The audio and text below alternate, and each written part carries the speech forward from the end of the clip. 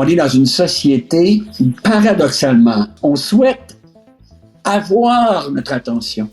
On souhaite s'emparer de notre attention. Et pourtant, je crois qu'on est dans une société en déficit d'attention.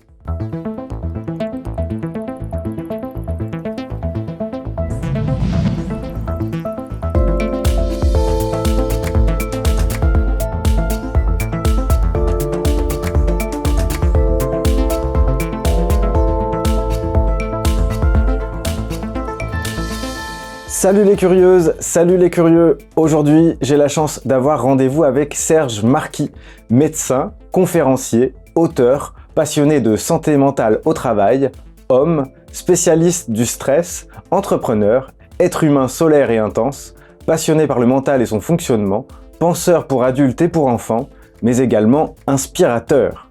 Bonjour Serge et merci beaucoup d'avoir accepté mon invitation.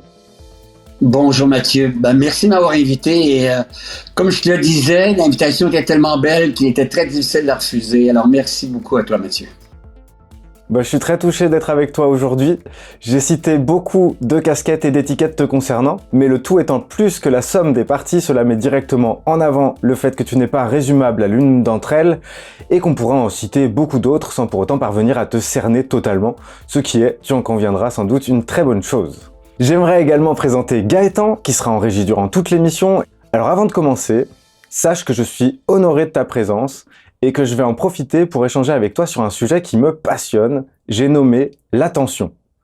Je sais que c'est un sujet qui te parle beaucoup et il se trouve que c'est également un point essentiel de mon travail de recherche. Alors je n'ai pas du tout ton expérience, je commence tout juste, je suis tout jeune dans cette recherche-là, mais en même temps je suis très, chien fou et j'aimerais te soumettre ce sur quoi je suis arrivé. Donc pour moi, l'attention, c'est tout simplement le super pouvoir de l'être humain. Mais comme c'est un super pouvoir qui fonctionne sans arrêt, il est bien souvent utilisé de façon non consciente par son propriétaire. Nous portons en permanence notre attention quelque part, nous sommes des machines à porter notre attention sur notre environnement, et quand je parle de super pouvoir, c'est parce que j'ai remarqué que notre attention avait pour effet de densifier le réel là où elle se posait. Quand on porte son attention quelque part, on densifie la réalité de ce que l'on regarde. Un exemple simple, c'est que plus un événement est regardé, plus il a d'attention portée sur lui, plus il va avoir d'impact, plus il va avoir d'importance. Et logiquement, cet impact, cette importance va teinter les décisions qui suivront. L'exemple par excellence, c'est bien sûr le 11 septembre. Parce que déjà, on n'a même pas besoin de préciser l'année, on sait tous de quoi on parle, mais surtout, encore aujourd'hui, des décisions importantes en matière de sécurité sont prises en fonction de cet événement. Voilà, j'ai fini un petit peu mon introduction et je me demande qu'est-ce que tu penses de cet angle pour aborder l'attention?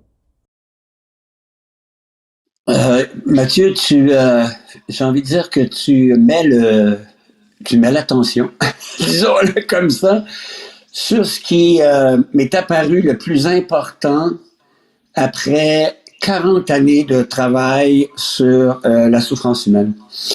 J'ai envie de dire que parler de l'attention, c'est parler de ce que j'ai appris de plus fondamental au contact des personnes que j'ai soignées, au contact des personnes que j'ai rencontrées dans les milieux de travail pour prévenir l'apparition de souffrances inutiles dans l'espace de travail. Alors, avec toutes ces rencontres-là, tous ces échanges-là, j'en suis arrivé à la conclusion que l'attention était au cœur du pouvoir qu'a l'être humain sur non seulement l'apaisement de la souffrance inutile, parce que bien sûr, il y a certaines formes de souffrance qui nous permettent d'apprendre des choses, donc on peut dire à leur sujet qu'elle peut être utile, on peut dire à son sujet, qu'elle peut être utile, parce qu'elle permet d'apprendre des choses. Si j'ai mal à une dent, ça peut être utile de placer mon attention sur ce qui se passe dans ma mâchoire, pour passer à l'action et découvrir où est le problème, faire en sorte qu'il puisse être soigné, guéri.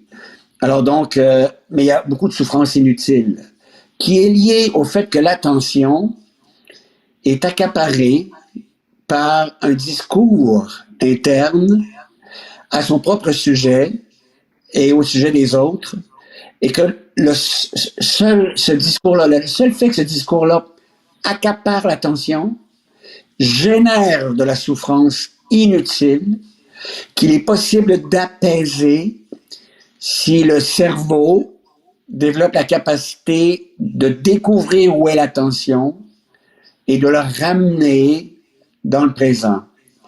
Donc, de la détacher de ce discours, de ces jugements qui génèrent des réactions qu'on appelle des émotions, qui peuvent être appelées déprime, dépression, anxiété, etc. Toutes des sources d'inconfort qui finissent par porter le nom de souffrance humaine. Alors donc, quand tu parles d'attention, tu parles de ce que j'ai appris, j'ai envie de dire ça comme ça, tiens, de ce que j'ai appris le plus important, au cours de toute ma vie. Ok. Bah, écoute, ça me touche beaucoup cette réponse parce que je pensais pas mettre le doigt à cet endroit-là pour toi. Tu vois, je sais que moi je suis passionné de ça en ce moment. Je pensais pas que ce serait autant au cœur de ce que tu as compris, de toute l'expérience qui est la tienne. Et donc du coup, je pense que la suite de l'échange promet. J'ai très hâte d'y être. Tu vois, je suis très content d'être déjà là et je me dis, waouh, qu'est-ce qui va se passer? Je suis un peu impatient. Donc, je me disais, tu vois, si on prend cette base de l'attention comme super pouvoir de densification du réel, beaucoup de réflexions s'ouvrent à nous. Pour commencer, nous avons tous ce pouvoir, c'est déjà un fait, mais je pense que c'est très différent de le vivre consciemment ou non consciemment. Et pour moi, le vivre consciemment, c'est réaliser l'importance fondamentale de diriger notre attention à des endroits qui nous inspirent, qui nous éduquent, qui nous font du bien. De ce que j'en ai compris pour le moment, là où nous dirigeons notre attention, nous allons d'abord 1. Percevoir, 2. Ressentir, 3. Réfléchir et 4. Finir par mettre en récit tout ce qui s'est passé juste avant. Alors comment ça sonne ces 4 étapes pour toi? Les 4 étapes de l'attention, est-ce que tu les comprends? Est-ce que tu les valides? Et c'est pas une obligation du tout. Hein. Oh non, je les valide totalement. Le défi d'une vie pour un être humain, j'irais jusqu'à le dire comme ça, devenir intelligent, devenir conscient, c'est apprendre à observer la danse de l'attention. En étant capable d'observer la danse de l'attention, il y a des moyens, des exercices, il y a un moyen de s'entraîner pour apprendre à observer la danse de l'attention, parce que l'attention danse entre l'inconscience, que tu disais tout à l'heure, l'inconscience, on ne se rend pas compte que l'attention, par exemple, est accaparée par un discours interne lié à des jugements sur soi. On ne s'en rend pas compte que l'attention est accaparée parce que l'attention est complètement dans le contenu des jugements. Et le contenu des jugements génère, comme je le disais tout à l'heure, une réaction instantanée parce que le cerveau perçoit le contenu des jugements comme une menace à notre intégrité, comme une menace aux représentations qu'on a de soi-même.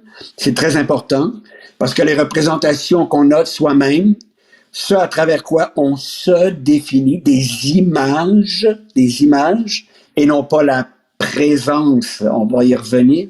Donc ces images-là, pour le cerveau, sont perçues lorsqu'il y a perception d'une menace à l'une ou l'autre de ces images, à travers un jugement sur l'une ou l'autre de ces images. Je suis nul, je suis pas compétent suffisamment, je suis trop vieux, je suis trop jeune, etc., etc. Tous ces jugements, le cerveau les perçoit de la même manière qu'il percevrait une menace à la survie. De la même manière. Alors, ça génère instantanément une réaction biologique, neuro-hormonale, qui inévitablement génère un inconfort parce que c'est associé à la peur qu'on ressent, que le cerveau perçoit quand il perçoit une menace. Dès que le cerveau perçoit une menace, la peur envahit l'organisme au complet et bien sûr l'inconfort qui accompagne cette peur-là. De là l'importance d'observer la danse de l'attention. Est-ce que l'attention est accaparée par toutes ces images qui peuvent se percevoir comme étant menacées, on pourrait approfondir ça, ou si elle est complètement dans le présent. Et constamment au cours d'une journée, l'attention danse dans le cerveau. Il y a danse de l'attention. Mais elle est la plupart du temps, et quand tu parlais d'inconscience, elle est la plupart du temps, Richard Moss, un médecin américain qui a travaillé entre autres beaucoup sur l'anxiété, il disait que 80% du temps, l'attention est accaparée par des jugements sur soi, un, des jugements sur les autres, deux, le passé, trois, des regrets, des remords, ou le futur, des scénarios catastrophes, j'y arriverai jamais, on ne sera jamais capable. Donc, si 80% du temps, l'attention est accaparée par l'un ou l'autre de ces quatre cadrans, elle n'est plus disponible pour deux choses importantes, et je reviens à tes quatre éléments, pour deux choses importantes. Un, apaiser une souffrance inutile, et deux, profiter au maximum de la vie, du spectacle de la vie, à travers ce que les sens peuvent percevoir. La beauté d'un paysage, l'écoute d'une musique, ou le discours d'une personne qu'on apprécie, un parfum, une sensation, une caresse. J'aurais le goût de raconter une petite anecdote en parlant de ça. Parce qu'il y a 5 ans, c'est une anecdote qui est survenue il y a 5 ans et elle est dans ma mémoire comme si c'était arrivé hier. J'étais en France. Mon petit-fils avait 3 ans à l'époque. 3 ans. Et je venais d'apprendre que mon père était entré à l'hôpital et qu'il allait mourir au Québec, alors que je suis en France. Nous sommes autour d'une table, en train de prendre le repas, parce que je me prépare doucement à aller prendre l'avion pour retourner au Québec. Et mon petit-fils passe sa main sur mon coude. Je crois qu'il souhaite que je lui donne quelque chose qui est sur la table ou que je puisse tendre le bras pour qu'il ait accès à quelque chose qu'il n'est pas capable d'aller chercher lui-même. Alors, je me retourne vers lui et je lui dis « Que veux-tu? » Et il me répond « Rien. C'est juste une caresse. » Il y a 3 ans. Et là, l'attention devient complètement là, présente, non plus à ce qui tournait dans ma tête par rapport à ce que je vivais de difficile, mais à ce moment précieux, cette connexion, Mathieu. Il ne peut y avoir connexion si l'attention n'est pas là. Nous ne pouvons pas être nous-mêmes complètement si l'attention n'est pas là. Nous sommes attention. Ça va jusque-là.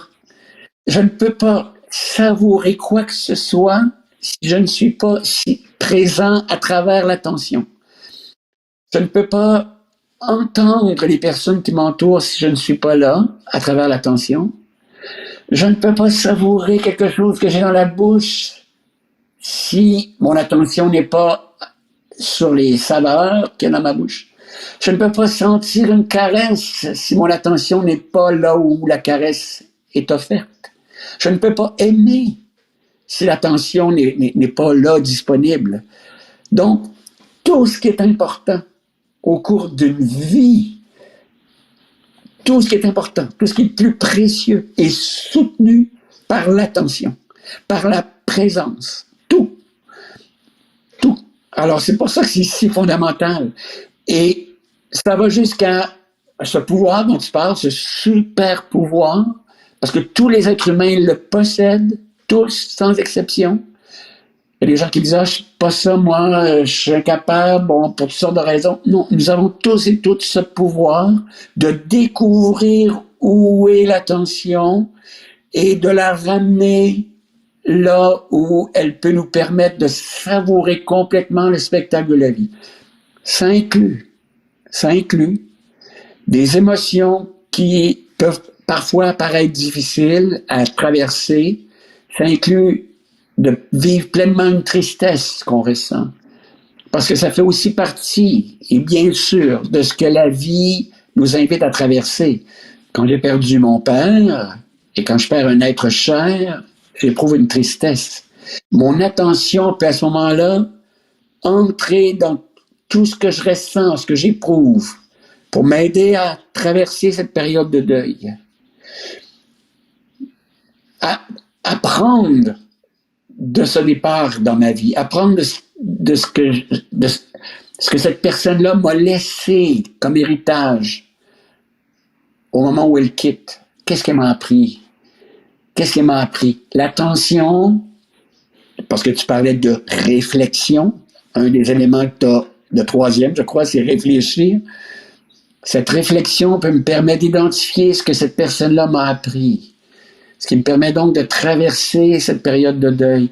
Donc, tout ce qui est important, tout, est soutenu par le passage de l'attention à quelque chose qui peut être inutile vers l'univers de la présence, le monde de la présence. J'ai fait une longue réponse, Mathieu, mais... Oh, mais je t'en prie. C'est avec plaisir. Si je t'invite, c'est pour que tu fasses des longues réponses. Hein. Si t'en as envie, en tout cas. Évidemment. Donc non, c'est un plaisir de t'écouter. Il y a tellement justement d'intensité dans ce que t'envoies, si tu veux. En fait, vraiment pour faire une petite parenthèse à destination des gens qui nous regardent, t'as beau avoir la carrière que tu as derrière toi, que j'ai découverte en fait il y a très peu de temps. C'est pour ça que finalement je me suis connecté à ce que tu envoies il y a, je sais pas moi, un mois. Je t'ai envoyé une invitation dans la foulée. J'ai regardé une de tes conférences et je me suis dit il faut absolument qu'on discute.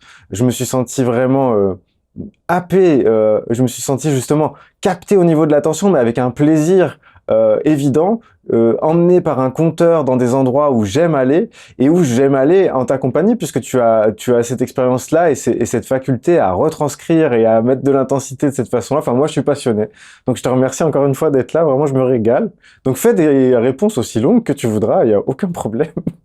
Et je suis pas en reste de mon côté puisque j'ai des longues questions et j'enchaîne sur ce que j'avais prévu à la suite. J'ai écouté ce que tu m'as dit et je me dis justement, en fait, on vit dans une époque particulièrement gourmande en attention.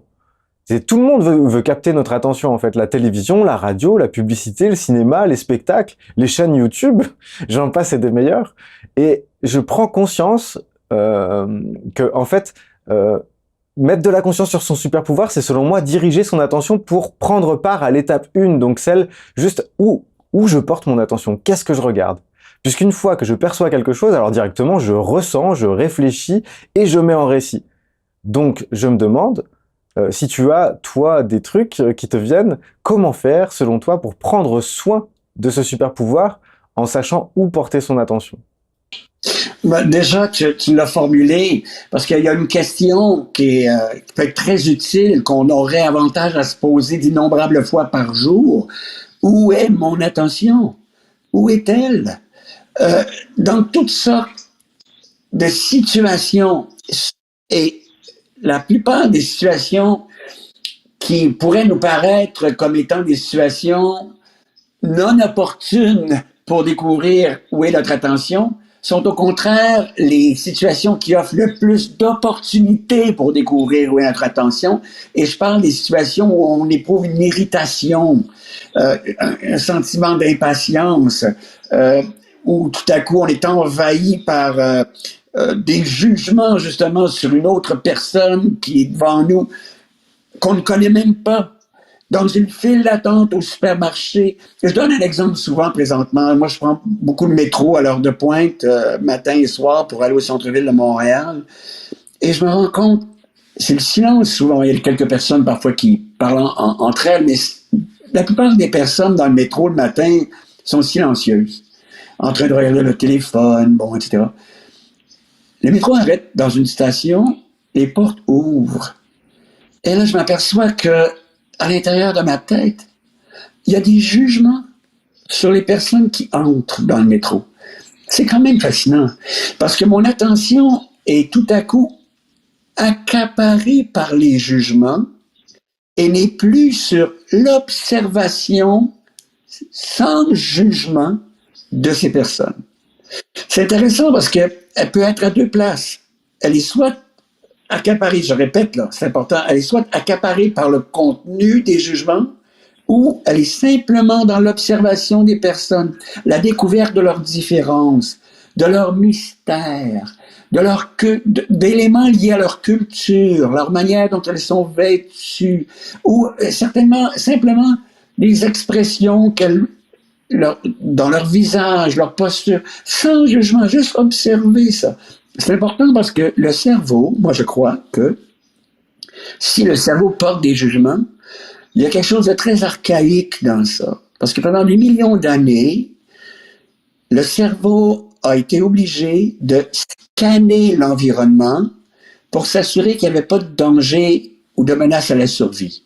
Donc l'attention, pendant des milliers d'années, a été dirigée vers un mouvement dans les feuilles, vers un nouveau parfum, une odeur, vers un bruit inattendu.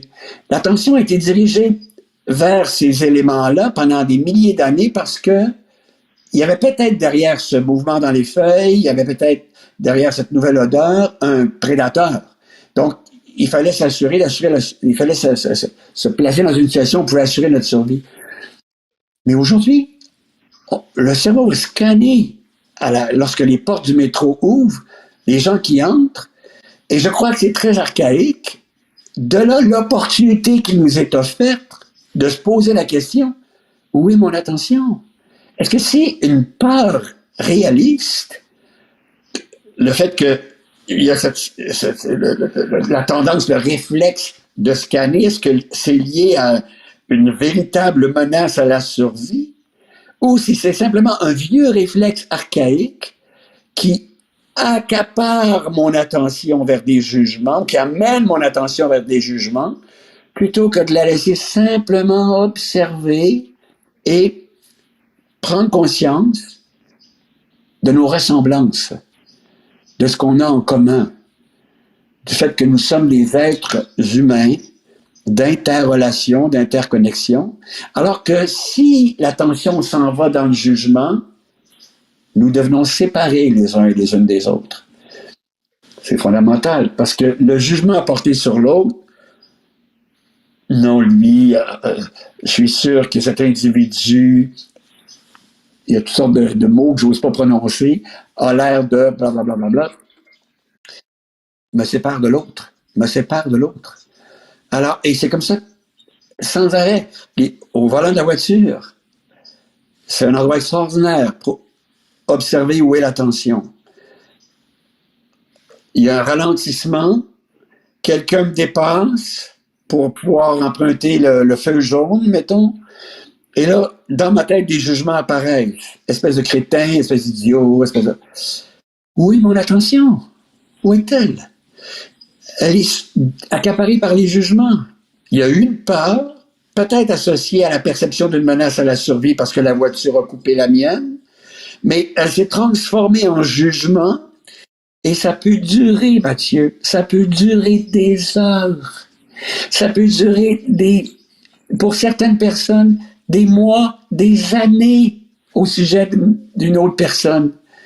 20 ans plus tard, ah, si cette personne-là ne m'avait pas posé, ne m'avait pas amené dans tel ou tel piège, je serais une personne différente aujourd'hui, etc., etc. 20 ans plus tard, ça tourne encore. J'ai comparé ça à la course d'un hamster dans une roue. Ça tourne encore. Où est mon attention? 20 ans plus tard, c'est terminé depuis déjà 20 ans. Et ça tourne encore. Et je suis assis dans mon salon. Autre chose importante que tu as dit, on est dans une société, paradoxalement, on souhaite avoir notre attention. On souhaite s'emparer de notre attention. Et pourtant, je crois qu'on est dans une société en déficit d'attention. Tu sais, quand on parle d'enfants qui ont des troubles déficitaires de l'attention, neurologiquement, il est vrai que certains enfants souffrent de ce trouble-là.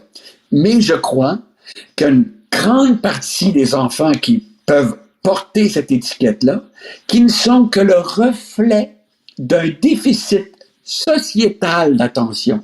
C'est-à-dire que notre attention est justement tellement accaparée par une quantité phénoménale d'objets, d'écrans, de sources qui la sollicitent, qui n'ont rien à voir avec là où elle pourrait être pour nous permettre de savourer complètement l'existence. C'est-à-dire, dans la relation avec les personnes qui nous entourent, qui sont les plus chères, au sujet desquelles on se dit « Ah, oh, si j'avais dit ça avant, oh, si j'avais été un peu plus présente, j'aurais vu mes enfants grandir, par exemple. » J'ai entendu des parents dire ça. « J'aurais vu mes enfants grandir. » Qu'est-ce que ces parents-là disent? « J'aurais vu mes enfants grandir. » Ben, ils disent « Mon attention n'a pas été là. » C'est ce qu'ils disent. Et ils sont à un certain âge, à vivre ce regret de ne pas avoir fait en sorte qu'ils aient pu se demander où était leur attention pour l'amener là où ils auraient pu l'amener, c'est-à-dire dans observer la croissance de leurs enfants, être en contact, en échange avec eux, en écoute, etc., pour pouvoir dire, j'ai vu mes enfants grandir, je les ai vus. Et non pas vivre avec ce regret qui accapare à nouveau l'attention, parce que le regret accapare aussi l'attention 20 ans, 30 ans plus tard. Et génère bien sûr de la souffrance, un inconfort inutile. Donc oui, notre attention est sollicitée par d'innombrables sources. On veut l'accaparer, on veut nous faire payer. En plus de notre attention qu'on veut avoir, on paie pour donner notre attention. C'est quand même fascinant comme paradoxe.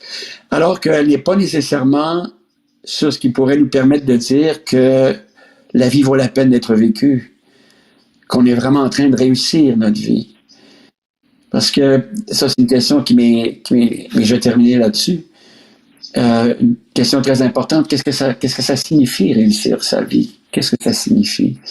Puis un grand sage dont j'ai oublié le nom malheureusement, ça me reviendra peut-être, mais il disait que pour lui, la réussite de sa vie ne peut être mesurée que par le nombre de secondes au cours desquelles il a été vraiment présent. Donc, que toute son attention était complètement disponible. Complètement. Merci pour ta réponse. J'ai des milliers de choses qui m'ont traversé pendant que tu répondais. Et notamment, je me suis dit que toi qui, dans ton travail, t'intéresses à la dynamique de groupe en encadrant la santé au travail, donc le groupe travail, si j'ai bien compris, hein, tu t'occupes aussi de la dynamique de groupe en le considérant peut-être comme une entité, mais je crois qu'on y reviendra plus tard. J'avais une question ou deux là-dessus. Mais je me disais, quand tu parlais des enfants atteints de troubles déficitaires de l'attention, eh bien, en fait, ils sont symptomatiques de ce que la société vit, en fait, d'une certaine façon. Et à plein d'égards, les gens qui vont sembler bizarres, les gens qui vont sembler marginaux par rapport aux standards, vont finalement dire quelque chose du centre duquel ils sont éjectés. Est-ce que tu me rejoins là-dessus ou... Tout à fait. Ben oui, quand tu parles encore du centre duquel ils sont éjectés, si je comprends bien, c'est ce que nous sommes. Parce que le centre, si on peut parler d'un centre, qu'est-ce que ça signifie être présent? Ça signifie que tous les obstacles qui nous empêchent d'être ce que nous sommes, c'est-à-dire d'être simplement là, que la conscience de ce qui... par exemple, toi et moi, en ce moment, on échange. Tout ce qui pourrait m'empêcher d'être avec toi, c'est-à-dire des commentaires dans ma tête au sujet de ce que tu viens de dire, des jugements au sujet de ce que tu viens de dire, etc. Si c'est observé à travers la question où est mon attention, l'attention revient sur toi, complètement sur toi. Et là, je ne suis plus éjecté du centre, pour reprendre ton expression. Nous sommes connectés de centre à centre, si on peut utiliser ces mots-là, parce que les mots sont toujours... J'ai envie de dire que les mots ont un handicap à exprimer vraiment ce qu'on veut exprimer. Parce qu'arrive un moment où on pourrait même dire qu'il n'y a plus de centre. Il n'y a que la présence. Il n'y a même plus de centre. Il n'y a que l'attention. Il n'y a que l'attention. Être relié d'attention à attention. Point. Il n'y a plus de commentaires. Si un commentaire, il peut être intégré parce qu'il est considéré comme étant utile pour enrichir l'échange, pour enrichir ce qu'on essaie ensemble de découvrir, pour nous permettre de dire l'un ou l'autre « Ah, merci, j'avais pas vu ça comme ça. » Mais pour être en mesure de prononcer cette phrase magique qui vient de traduire le fait qu'il y a eu un changement, je n'avais pas vu ça comme ça. Il y a eu un changement. Je ne suis plus comme j'étais avant de prononcer cette phrase. Mais pour que je puisse prononcer cette phrase, il faut que toute l'attention ait été disponible. Il faut qu'on était reliés d'attention à attention, que nos deux attentions deviennent une seule attention à travers laquelle circule notre échange. Et non plus la peur. La peur du jugement de l'autre. La peur, comment dirais-je, qu'une image que je veux projeter moi-même puisse être blâmée, critiquée, jugée de façon négative. Et ça amène à quelque chose de très important aussi par rapport à l'attention. Alors, il faut absolument dire ça. Pourquoi cherchons-nous tellement l'attention de l'autre au cours d'une vie? Parce qu'il y a ça aussi. On la cherche partout. On la cherche dans l'espace de travail, on la cherche dans les relations amoureuses, on la cherche partout, cette attention. Être entendu, être vu, etc. C'est important de se poser cette question-là parce que notre attention est en quête, cherche à savoir si elle vaut la peine du regard de l'autre.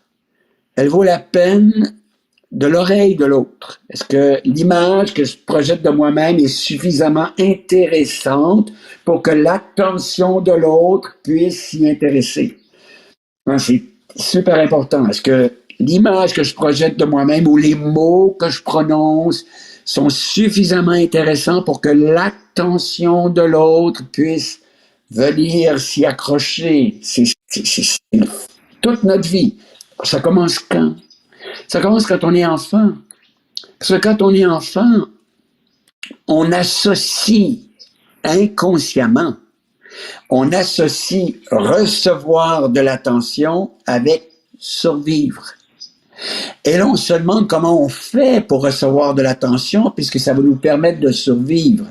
C'est-à-dire d'être nourri, d'être protégé, d'être câliné, bercé, tout ça.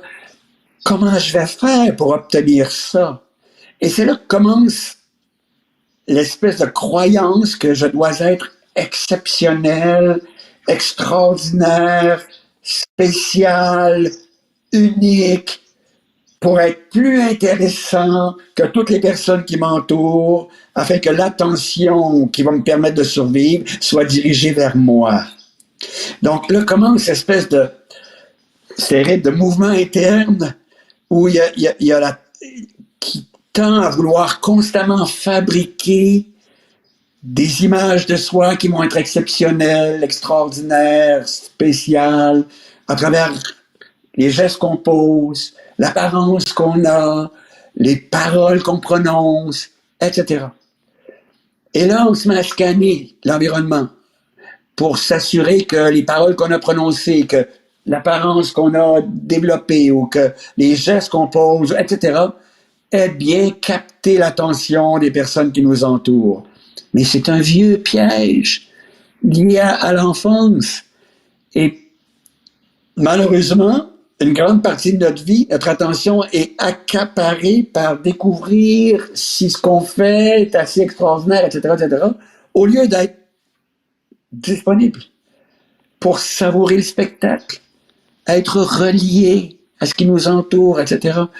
Alors, c'est fondamental de découvrir ça. Parce que plus on vieillit, et c'est là qu'est l'enjeu de notre vie, tout à l'heure je parlais du défi qui nous est lancé à chaque être humain, qui est associé à devenir conscient, devenir intelligent. Qu'est-ce que ça veut dire? Ben, ça veut dire, ah tiens. L'attention est encore accaparée par cette quête-là de découvrir si je suis suffisamment intéressant, intelligent, beau, blablabla, pour attirer l'attention de l'autre. On fait ça toute sa vie. Il y a même des gens dans des unités de soins palliatifs, dans les heures qui précèdent le moment où elles vont quitter ce monde, qui sont encore en train de se demander si elles sont suffisamment intéressants ou intéressantes pour recevoir l'attention des personnes qui les entourent, plutôt que d'être complètement présente aux personnes qui les entourent. C'est une grande différence. Est-ce que je suis en train de me demander si je suis assez intéressant ou intéressante pour recevoir l'attention des autres ou si je suis dans la présence à l'autre, dans ce pouvoir, je reprends ton mot, de ton expression, dans ce super pouvoir de l'attention qui s'ouvre pleinement à ce qui m'entoure. C'est super comme distinction là, ce que tu fais. C'est très clair, je pense. Et si tu veux, je me faisais cette image en préparant cet échange avec toi. Je me disais, ce super pouvoir, il est en fait de porter son attention. Donc du coup, ça va vers l'extérieur. Dans l'image qu'on peut s'en faire, en tout cas, ça va vers l'extérieur. Et ce qu'il y a, c'est qu'on a presque un déficit de croyance du fait que nous, on existe. Donc on a besoin de la croyance des autres pour se confirmer sa propre existence. Donc on va confirmer l'existence des autres, mais on est tellement occupé à vouloir être confirmé dans notre existence par les autres qu'on en oublie presque qu'on a cette capacité en fait de connexion dont tu parles et de présence qui fait que tout le monde est OK, puisque je me base sur le fait que j'existe dans cette présence et je peux du même fait être disponible à l'autre. Alors je sais pas si je suis clair dans ce que j'énonce, mais tout à fait, tout à fait. OK. Tout à fait. Et j'ajouterais une nuance importante, c'est que l'attention oui, peut être tournée vers l'extérieur, mais pas au moment où je suis en train de me demander si le regard des autres est dirigé vers moi parce que j'ai fait quelque chose qui est suffisamment intéressant ou que j'ai dit quelque chose qui est suffisamment intéressant ou que je porte quelque chose qui est suffisamment intéressant. Non, pas dans ce sens-là. L'attention n'est pas vers l'extérieur au sens où elle est en train de se demander si le regard de l'autre est un regard qui confirme le fait que je sois suffisamment intéressante ou intéressant. Pas dans ce sens-là. L'extérieur au sens où j'observe le regard de l'autre pour ce qu'il est, à travers ce que cette personne-là dégage de sa propre présence, à travers la parole ou les paroles qu'elle prononce, pas pour me demander si c'est suffisamment intéressant ou intéressante, pour comprendre ce qu'elle essaie de dire. Et aussi, l'attention peut être dirigée vers l'intérieur, dans l'observation de ce qui se passe à l'intérieur de moi, dans l'observation d'une pensée qui vient de traverser la conscience, l'esprit, d'un jugement qui vient de traverser la conscience. Il y a observation de ça. Ah, il y a ce jugement-là qui vient de traverser mon esprit. Ah, il y a eu ce jugement-là. Mais l'attention n'est pas accaparée par le jugement. C'est un idiot, c'est un crétin, en parlant d'un collègue de travail, d'un patron, peu importe. Elle n'est plus à l'intérieur du jugement. Elle est en train d'observer qu'il y a le jugement. Donc, elle observe ce qui se passe à l'intérieur. C'est comme quelqu'un, Rupert Spira qui s'appelait. Il disait, c'est la différence entre c'est une image, bien sûr, je trouve une belle métaphore. C'est la différence entre un espace, une pièce, une salle dans laquelle je serais assis avec d'autres personnes. Cette salle-là, elle ne bouge pas, disait-il. L'attention, la conscience, là, pourrait être comparée avec cette salle-là qui ne bouge pas, alors qu'à l'intérieur, il y a une agitation. Des personnes qui sont en train de se disputer, de vouloir prouver qu'ils ont tout pris raison, etc. Ça, c'est ce qui se passe à l'intérieur. Mais la conscience, elle, observe ça et peut tout à coup faire en sorte que ça s'apaise. En ramenant l'attention dans ce qui est je vais le dire comme ça, dans ce qui est observation, plutôt que d'être accaparé par l'agitation qu'il y a à l'intérieur. Donc, l'attention peut être à la fois à l'extérieur, à travers ce que les sens peuvent percevoir, mais peut aussi être en train d'observer ce qui se passe à l'intérieur. Les sensations, le serrement dans la gorge, la lourdeur dans le thorax tout à coup, parce qu'il y a une phrase qui vient d'être prononcée par quelqu'un, qui a été perçue comme un jugement négatif à propos de quelque chose que je viens de dire, une opinion que j'ai émise, une idée que j'ai émise, un commentaire. Donc, quelqu'un vient d'émettre un commentaire à propos de quelque chose que je viens de dire, et ça peut être perçu par mon cerveau comme une menace à quelque chose auquel je m'étais identifié, c'est-à-dire cette opinion, cette idée. Et là, il y a une réaction instantanée dans mon corps, lourdeur, serrement, et il peut y avoir observation de tout ça. En quelques secondes, Mathieu, quelques secondes seulement. Ce que je viens d'écrire, là, c'est une séquence de quelques secondes. Quelqu'un prononce une phrase, paf, perception par le cerveau d'une menace à une opinion que je viens d'émettre, à laquelle je me suis identifié. Je suis mon opinion. Erreur, erreur, erreur, erreur. Mais comme le cerveau ne fait pas la distinction entre la perception d'une menace à la survie et la perception d'une menace à une représentation que j'ai de moi-même, à travers l'identification à une opinion ou une idée, il déclenche la même réaction, donc immédiatement l'inconfort. Et ça se passe en 3 secondes, 2 secondes. Et il est possible d'y avoir observation de ça. Tiens, tiens, tiens. L'inconfort. Il n'était pas là il y a 3 secondes. Il est là maintenant. Parce que l'attention a été accaparée par la phrase que l'autre a prononcée. Et qu'il y a eu identification. Je te donne un exemple, tiens. C'est arrivé à la période des fêtes. J'étais avec notre fille et son mari et nos 2 petits-fils qui ont maintenant 5 ans, 8 ans. Le plus jeune arrive devant moi, il pleure, il est pas bien et il me dit que le plus vieux vient de lui dire qu'il est un bébé. Alors là, tout son corps là, est habité par l'inconfort, parce que dans sa tête, il y a « je suis un bébé », mon grand frère m'a dit que j'étais un bébé. Il me dit ça. Il vient de me dire que je suis un bébé. Alors je lui dis tout de suite, le crois-tu? Est-ce vrai? Le crois-tu? Là, il est comme surpris. Là, ce que je viens de faire, là, c'est en lui disant, le crois-tu? Est-ce vrai? Je viens de l'obliger à découvrir où est son attention, là. Parce que là, il y a 5 ans, là, il vient tout à coup de se rendre compte que ça tourne, là. Que la phrase « tu es un bébé » tourne dans sa tête, là. Et il s'est identifié à cette phrase-là, là, tout à coup. « Je suis un bébé », là. C'est devenu une identité, une fausse identité, là. Et là, tout à coup, il fait « non, je ne le crois pas ». Et là, il vient de libérer son attention pour retourner jouer. Je te raconte des faits, là. Il est retourné jouer instantanément. Il n'était plus en train de vivre l'inconfort associé à l'attention qui est accaparée par ce jugement qui tourne dans sa tête. Ça change tout. Ça change tout. Merci pour cette réponse. Merci pour cet exemple. C'est très parlant.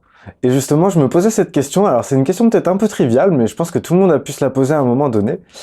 On a tous ce besoin d'attention, mais j'ai l'impression qu'il y a des personnes qui l'ont plus que d'autres. Et alors, quels sont les ingrédients qui, selon toi, font varier ce besoin dans son intensité? Ben, écoute, c'est une croyance que... Puis une croyance, c'est pas la vérité, hein. C'est... j'ai envie de te dire, je peux pas te signer ça en 3 copies, là, pour... Mais je crois que ça dépend, bien sûr, de... Je vais utiliser le discours d'un psychiatre français qui s'appelle Christophe Dejour, qui a dit un jour, notre histoire commence à s'écrire dès notre conception. Et il a dit, une grande partie de notre histoire s'écrit à partir de notre naissance. Mais il y a des personnes pour lesquelles il y a des espaces où rien n'a été écrit. C'est resté blanc. Et peut-être que ces personnes-là vont être davantage en quête d'écriture dans ces espaces-là. Vont peut-être chercher des mains qui pourraient venir écrire quelque chose dans ces espaces-là, ou des regards qui pourraient venir écrire quelque chose, ou des paroles qui pourraient venir combler ces espaces-là, davantage que d'autres, qui ont pu avoir le privilège, la chance de grandir dans des milieux où il y a moins d'espaces qui sont restés blancs. Alors, mais parfois, il suffit d'une phrase qui va faire en sorte qu'on va se mettre à être en quête de cette attention-là, même si on est dans un milieu qui nous a donné tout ce qui pouvait être sain et bon pour nous. Il suffit d'une phrase. Ça, c'est un autre exemple que je donne souvent, mais j'ai 5 ans. Je suis devant l'arbre de Noël. Et à la maternelle, j'ai appris un poème de 4 lignes. Et là, devant moi, il y a les oncles, les tantes, les cousins, les cousines, les grands-parents, les parents, les frères, les sœurs, tout ce monde. Et je me suis engagé à réciter le poème. Je l'ai appris par cœur. Alors, je me suis engagé à réciter. Alors, je le récite, les 4 lignes. Et là, je termine. Qu'est-ce qui se passe? Tout le monde applaudit. Bravo, bravo. Et là, il y a une personne bien intentionnée. C'est super important, là, parce qu'elle est bien intentionnée. Qui dit ceci. T'es tellement merveilleux. Tu ne t'es pas trompé. Et là, dans ma tête, ça fait, si je suis merveilleux à ses yeux, dans sa tête, c'est parce que je ne me suis pas trompé. Et la personne était bien intentionnée. Mais l'interprétation que j'en fais, l'association que je fais entre je suis merveilleux et je ne me suis pas trompé, fait en sorte que tout à coup, je commence à vouloir à vouloir ne plus me tromper, ne jamais me tromper, pour continuer d'être merveilleux dans la tête de l'autre, parce que ça m'a apporté son attention, parce qu'elle m'a applaudi. Donc, je vais être protégé, nourri, câliné. Je vais survivre. Et pourtant, c'est un événement qui pourrait être passé complètement inaperçu dans la tête de plein de personnes, à part la mienne. Ça peut être considéré comme anodin, mais ça ne l'est pas du tout pour le petit cerveau qui lui a fait cette association-là, qui tout à coup vit avec l'idée qu'il doit être parfait ou parfaite, qu'il ne peut plus commettre d'erreur s'il veut continuer à être merveilleux ou merveilleuse dans la tête des personnes qui l'entourent. Donc, on ne sait pas ce qui va faire en sorte que des gens vont être davantage en quête d'attention que d'autres.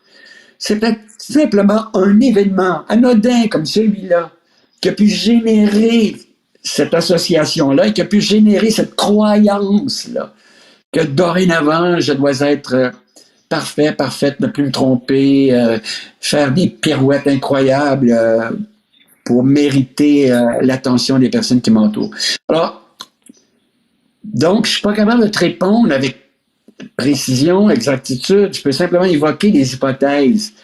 Mais tu vois, il peut suffire d'un événement banal pour faire en sorte que tout à coup apparaisse cette activité neurologique. J'aime bien utiliser cette expression-là. Cette activité neurologique qui entraîne des comportements associés à cette quête d'attention de l'oreille de l'autre, du regard de l'autre, etc., de l'approbation de l'autre, de la confirmation de mon existence par la parole de l'autre, etc., etc.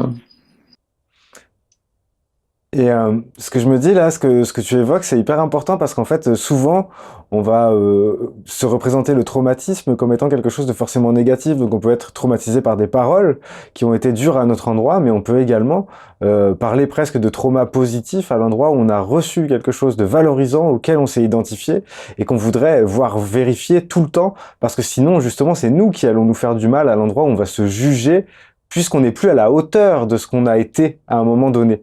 Et que c'est ça qui nous donne notre valeur dans notre représentation de nous-mêmes. On a simplement fait une association que les personnes n'avaient pas faite, nécessairement. T'es merveilleux, tu ne t'es pas trompé. La personne n'avait pas perçu ou prévu que mon petit cerveau pourrait prendre cette phrase-là et en faire la base d'un comportement qui pourrait éventuellement, ou de multiples comportements, qui pourrait prendre toutes sortes de formes pour le reste de ma vie. Puis la personne était bien intentionnée. Et c'est pour ça que ça demande un travail sur soi. C'est pour ça que c'est possible pour chaque être humain de découvrir où est l'attention. Où est-ce qu'elle est? Elle est encore en train de chercher l'approbation de l'autre. Ah, non, non, il y a la possibilité de la ramener, on t'en parlait tout à l'heure, reprenons le mot centre, mais qu'elle redevienne parce qu'il y a des auteurs qui disent qu'il ne faut pas parler de centre parce qu'il n'y a pas vraiment de centre. Qu'elle redevienne cette présence. Qu'elle redevienne simplement cette présence. Bon, j'ai utilisé une image qui est un cliché, mais la fleur, allons dans cette métaphore-là, la fleur n'est pas en train de se demander, je crois pas en tout cas, si son parfum a suffisamment de valeur pour attirer le visage ou le nez d'une personne qui va s'approcher d'elle, ou l'abeille qui va venir la butiner. Elle n'est pas en train de se demander ça, elle l'aimait.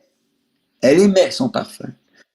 Ben, la présence, ça peut être ça. C'est simplement être là. Être là. Mais constamment, au cours d'une journée, on cesse d'être là. J'ai un grand ami que j'ai revu il n'y a pas longtemps. Je ne savais pas qu'il serait là, au cinéma. C'est un long film avec une entracte.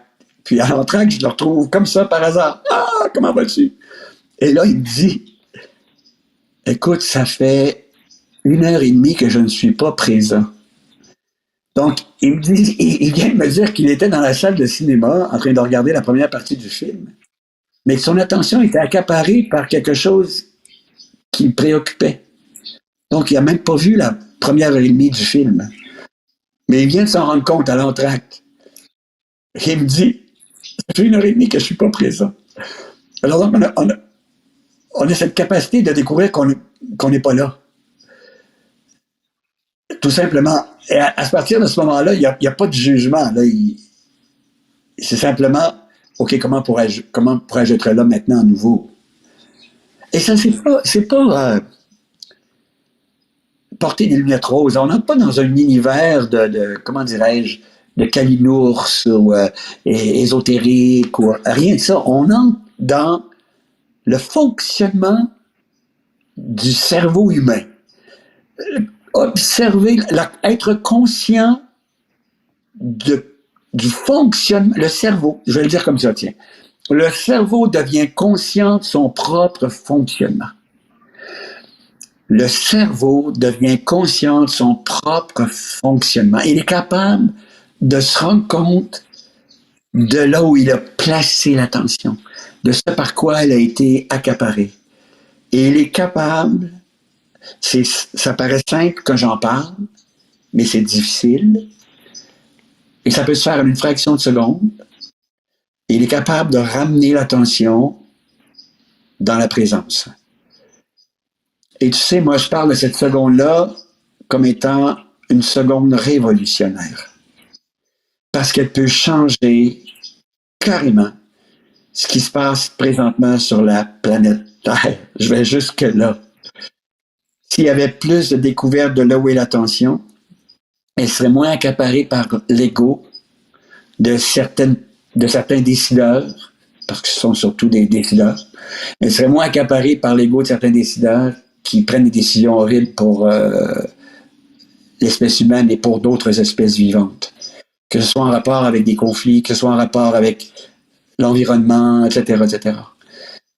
Les problèmes environnementaux, une grande partie des problèmes environnementaux, à mon humble avis, sont associés au fait que l'attention a été accaparée par un ego, une activité égoïque, avide, liée à l'avidité d'être plus, de posséder plus. Encore une fois, à cause de tout ce qu'on a raconté là, depuis le début, là. Faire plus, être plus, parce que si je fais plus, si je suis plus, je vais avoir l'attention de l'oncle ou de la tante qui va m'applaudir. Hey, je vais assurer ma survie. Alors, l'ego cherche encore des moyens d'avoir plus, de faire plus, d'être plus extraordinaire, etc. Et il le fait au détriment, fréquemment, de l'environnement, en voulant s'emparer d'un autre territoire, de construire une tour supplémentaire, de blablabla. Bla, bla, bla, bla. Alors, tous ces grands problèmes sont en bonne partie associés à une activité égoïque qui n'a pas été observée. Et la personne qui croit qu'en possédant plus, va enfin arriver là où elle voudrait arriver, c'est-à-dire à avoir toute l'attention dont elle est qu'elle souffre de ne pas avoir eu, disons-le comme ça, eh bien, elle se rend compte que c'est pas encore suffisant. Parce qu'elle est beau avoir construit plein de tours, puis avoir reçu de l'attention, puis des prix, puis des bravos, etc. Ben, ça n'a pas comblé ce besoin-là. C'est encore présent. Et ce n'est qu'en ramenant l'attention dans le présent que tout à coup, ça s'apaise. Cette avidité-là, cette soif-là, ça s'apaise. Parce que là, il y a un rayonnement vers l'extérieur, il y a une connexion qui s'établit avec l'autre, une connexion véritable et non pas associée uniquement au fait qu'elle possède plus ou qu'elle a fait plus. C'est pas une connexion véritable, une connexion associée au fait qu'elle possède plus ou qu'elle a fait plus. La connexion véritable ne peut être réalisée que dans le présent. Tac. D'attention à attention, comme on disait au début de notre entrevue.